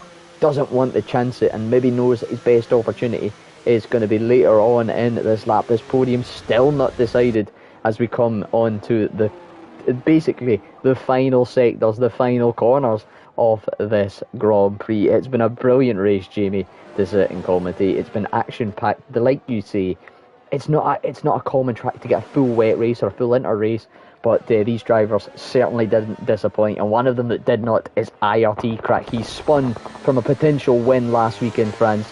He's led the race the entirety of the way, cool, calm and collected, 5.2 seconds clear. IRT Crack takes the checkered flag. Rapid F1 in P2 for Alpine, sets the fastest lap while he's at it, and KXI and DC coming through the stadium section into the last corner. There's nothing between the two of them, but it's going to be KXI with a remarkable, I nearly said that right the first time, recovery drive into P3. DC in P4, Tobes in P5, Panda will come home in P6, but Indian Jesus and Safian, they've been battling through that stadium section. It looks as if Indian Jesus, after lap of battling, Jamie, has got the better of him. Yeah, he did, because Safian outbroke himself going into turn 12, I think it was, and therefore Indian Jesus, with that better downforce anyway, was able to go around the outside and take P7 away. So if Safian hadn't outbroke himself, he would have held on to P7, but in the end it goes towards Indian Jesus. Aizen, well, quite unknown in this race. He's made his way through the field. He's had a fight with both Williams and both Aston Martins, and he's done a great job so far as Aizen when he dispatched Claire PR down to P13. But Nacho gets a point after a dismal roll, gets a few points because the point system is different. I think Buddies gets a point as well, and down in P12, I think he's from P1 to P13 score points. But yeah, Nacho, after a dismal race back in the French GP, and also Buddies too, they scored some decent points here tonight at the Mexican GP, just holding on there. And 25 lap inters, wow. Maybe they just underestimated these inters, I'm not quite sure, because the last race I commentated, a track that's not really known for high tyre wear. The inters were about 14-15 lap holds. 14-15, there we go. And they had a punchy towards the end of it too, so I'm surprised these managed to make the distance, especially a track like this. But congratulations to ILT Crack, dominated this race, never made a mistake in the race. He did once, but he saved the car a few laps ago when he almost lost it, because he almost lost it at turn number 8, did ILT Crack. Rapid, great drive from him once again. Quite lowly in the race, but I don't think he'll mind that around here in Mexico. And fastest lap of the race too. KXI, a great recovery. He was on pole, but he made contact with Rapid too, down into turn 2 when they both came together. And also he caused the safety car, the last safety car we had on the circuit. DC, oh, it's a shame to miss out the podium like that. He came back at him, but KXI with better traction, and also the EMS he had, a little bit, managed to capitalise on that, finishing P3. Holmes in P5, finished where he started. King Panda from P16 to P6. If he didn't pick up a podium, penalty, what could it have been for him? But also he pitted too. I thought that'd be a good move, but unfortunately it wasn't. Indigis is 7th ahead of Aizen, Safian in 9th ahead of Nacho P10, Polishman 11th, Bonus in 12th, Claire PR 13th, Leon 14th, Mazel's 15th, Dragon of Speed 16th, Sivan Jenkins, and one DNF in this race despite loads of safety cars, and Virtuals is Jay Hartnell down to P19. Yeah, it was a very, very interesting race. Congratulations to all 18 of our finishers, of course, all 12 of our point scorers, and particularly to Crack, Rapid, and KXI, who managed to pull it on to the podium. Well, we'll see if any of them fancy a little bit of a chat, because I know the question you've got on your tongue, Jamie. I want to know how close those tyres were to puncture. Well, I'm going to give it a guess about surely 75%, 80%. No way they could make that Inters last, because I don't really class that as a good tyre, the Inters. I thought they had to make another pit stop after that last safety car they had, but turns out they took it towards the end, and it's really shocked me. It shocks me. So, yeah, I'm interested to know how they manage those Inters. Yeah, absolutely, absolutely. King Fi Panda, the Maybe, only one rolling the dice. Maybe should have done it a few laps sooner. It could be debated, but the only one that chose not to. So maybe not quite as close as we thought it was. But I think KXI definitely is going to join us for a quick little chat. I'm not too sure about the other two, but we'll get a bit of insight from the Red Bull driver at least. But yeah, a brilliant, brilliant race, Jamie. While we wait on Mr. KXI to join in, we have got quite an interesting track next week, don't we? yeah, I always look at the calendar every single week, but I just forget. So what track is it next week? It is the circuit of the Americas. Oh, One of two American tracks either side of the Christmas break, of course. Kota, I don't know about you, but a fan favourite of mine, it must be said. yeah, I love Kota. It's always great as well, especially in that middle sector, the last sector. Into turn 12, 30, 40, 50, 60, 70. Just great race indeed. I love that side by side action as well, so I can't wait for Kota. It's a great track. Better than Miami and Vegas. Yes, I said Vegas. I don't think Vegas is great whatsoever. It's just another show, really, but it did prove to be a great race in the real life F1, but still, it's all for show, really. We all know why it's there in the first place. Absolutely, yeah. It's certainly it'll be an interesting race making its debut this season, of course. Um, we'll see how that plays out in a few weeks' time. But in the meantime, we have got Kota to look forward to. We've got a couple of races to look forward to this week as well, and of course, Kota then next week before the Christmas break. But Jamie, we do have our P2 and P3 in the party for a chat, and honorary cameraman and head commentator tonight, but we all know you're the main man at this thing, so I will hand it over to you to lead us through the interviews. Oh, appreciate it, Scott. Thank you very much, mate. And we'll start off with Rapid then, as he finished in P2 because I see Crack is not here. So, Rapid, a bit of contact into Tier 1, mate. You dropped down your order. I'm not quite sure where you dropped down, but after that contact, well, you dropped down to P3 only, so I thought it was more than that as I'm watching the start of the Grand Prix because a lot of things happened in that race. But how did you expect the race to go after all that? Well, I knew it was going to be a bit eventful due to it being raining always. Turn one, I didn't really know what happened at turn one, to be honest. I think I got a little tap from the Red Bull, I think. I'm not sure. But I think I just held my line around the outside and just got on with it after that, really. You were quite lonely throughout the whole race, so was it... Well, it's not a chill race, obviously, because you still had to concentrate, but does it ease off the pressure off your shoulders, just concentrate on keeping the car on the track, etc.? Yeah, it definitely does. When you've got like a big gap behind, you've got no pressure from behind, so you can just like concentrate, keep it on the tarmac till the end. Yeah. When you heard it was going to be a wet race, what was in your mind? Did you think you struggled in the wet today? I didn't practice any wet conditions, so I had to adjust my dry setup a little bit in qualifying. So I knew it was going to be interesting, but it turned out all right. Also, when your teammate King Panda pitted onto a brand new set of Inters, what were you thinking? How old were your Inters, and would you think about a pit stop? No, I wasn't going to pit at all. I knew I could go to the end on them tyres. I think my teammate was struggling with tyre wear, so that's why he pitted. And what was the tyre percentage? Did you check at the last lap? I think mine was around 55, 60% at the end. No way.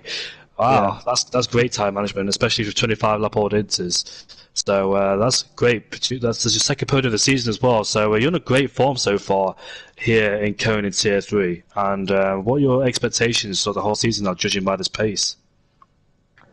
Just keep going how it is. Hopefully more podiums. Going to try and aim for the win next because I think I've had a second and third now. So a win would be brilliant. So and try and compete for the championship title. I think.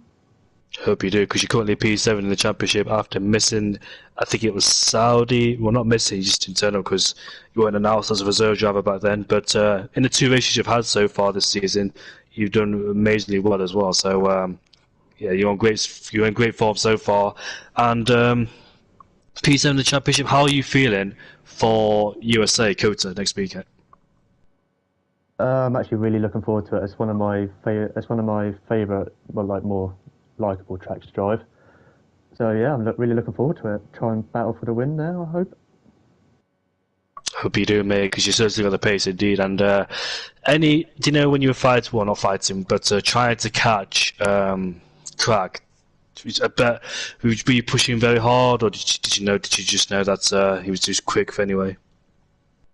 Well, I think after the last safety car when we all pitted onto Inters, I think we had similar pace for about 5 laps or something, and then they started to pull away a little bit. So after that, I just sort of like settled for P2 because I knew I wasn't going to catch him.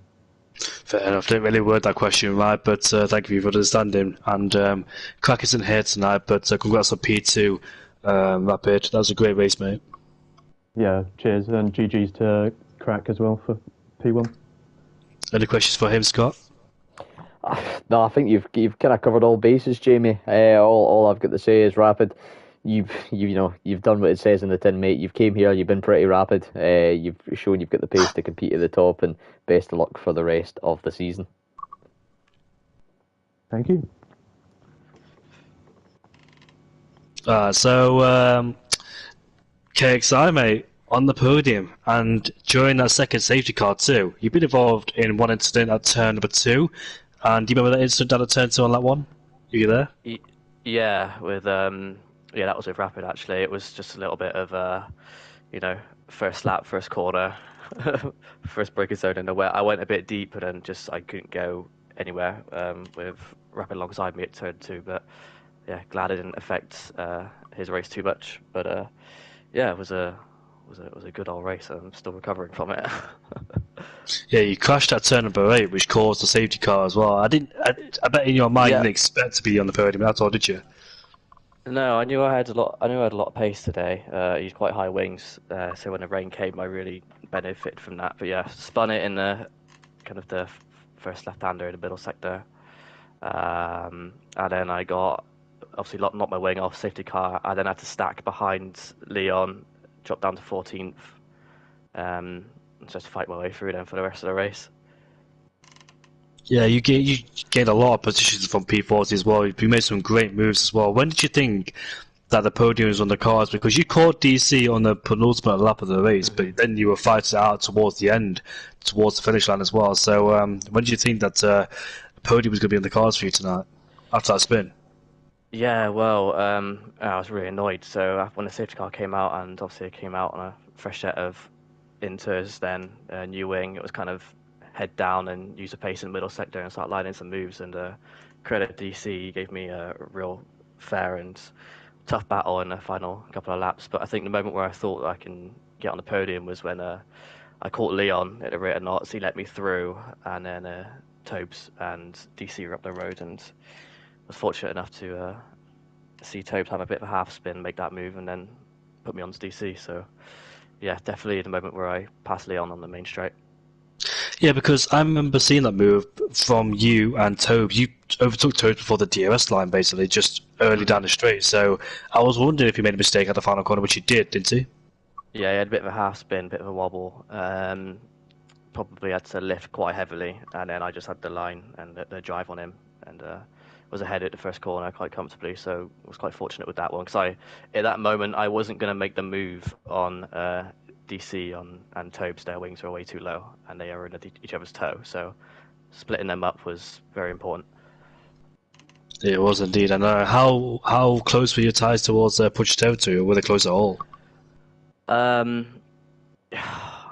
wasn't looking at them. I was just head down. But there was a moment where I saw them at like 45%, like with like 5 laps to go. So I imagine in the good 50s. So yeah, tough battle. Was it a tough race overall, especially at a track like Mexico where concentration is needed due to the how easy it is to get penalties, and also the rain added to effect as well? It must have been super difficult to keep concentration for the whole race. Yeah, well, I had a spin and destroyed my wing, so I didn't even manage to do that. But yeah, no, super tricky track, and I had a good setup, fortunately. So the rain blessed me, really. And how are you feeling for USA, mate? Not sure. I do like USA. I remember sitting in Dragon on Speed's DRS for like 15 laps when I was in Tier 3 before. I remember that. You commented over that. That was I think that was my last race there, so hopefully something different. Yeah, I do remember that. That was quite funny as well. You overtook him on the outside into the S section. Then he got you back on the street. Really just had nothing. I used all my ERS trying to catch him, and then just couldn't make the move stick. But yeah, hopefully something different next week. So I'm in the mood for it, mate. That's good to hear, mate. And Scott, you got any questions for KXI? Nothing for KSI, but for KXI, I think if my calculations are correct, mate, championship leader. Now, I know you've been up there in the battles before. We all remember season 5, I think. We're about a third of the way through the season. How are you feeling on that front? Yeah, feeling good. I thought Jesus might have me by 1 point, but I'll trust your judgment there, Scott. But yeah, feeling good. Yeah, not taking it too serious and just enjoying the time with the boys and the party. So hoping to have some more scraps with them. Probably one of the best ways to look at it. No, nothing else from me, Kaelin. Congratulations once again, mate. Fully deserved podium again. Great drive through the pack, and looking forward to see what the rest of the season brings you, mate. Best of luck. Awesome. Thanks very much, boys, and congrats, Rapid. You drove a good race as well. Thank you, mate. Well, Jamie, round 4 done and dusted. A third of this Tier 3 season gone already. And it's gave us quite a bit of action already, it must be said. This season, despite having it been only 4 races now, I think it is. Is it 4 races? Saudi Arabia, Hungary, Mexico, and France. Yeah, 4 races. It's been absolutely action-packed. Hungary with the wet as well. France with ILT catching down Indian Jesus, and also Saudi Arabia. I think I was here. I can't remember if I was or not. I wasn't there for Tier 1, but I was there for Tier 3 with Hepopia at the time. But yeah, I've enjoyed this season so far. It's managed to be a great one. And like you said, KXI is a championship leader now, a new championship leader, or was from the first round of the season. I took it back. So it could be an interesting one. Can KXI keep it up, or Indian Jesus come back stronger, or what about Rapid? We'll find out later in the season goes on.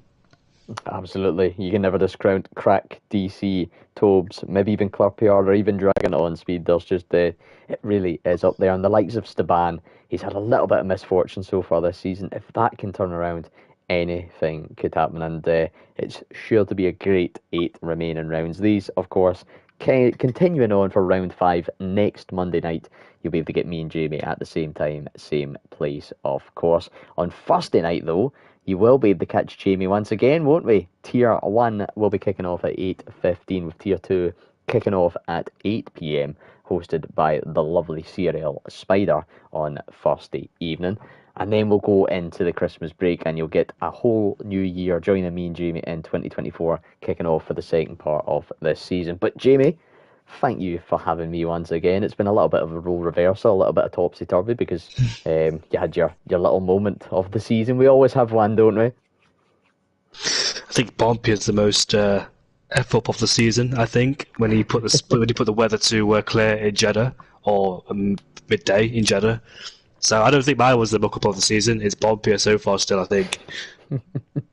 Title's still there to be taken, and we all know you, Jamie. You'll perform something truly, truly magical at some point. But no, Thank you for having me once again, mate, and looking forward to getting back in the comments box with you next week for Quota. No, thank you for having me. Over true, yes, a little bit back to forward tonight, but like I said, all those things coming up in the next week. Meanwhile, right now, you can join Mr. BT and Mr. Little Leroy in the comms box for Tier 4. They're currently in the early 20 laps of that race, and it looks to have been just as bit exciting as what we've had. I've been your host, CRL III, alongside the wonderful IRT Indigo, aka Jamie Morris. Have a wonderful rest of the evening, a wonderful rest of the week, and we'll see you back once again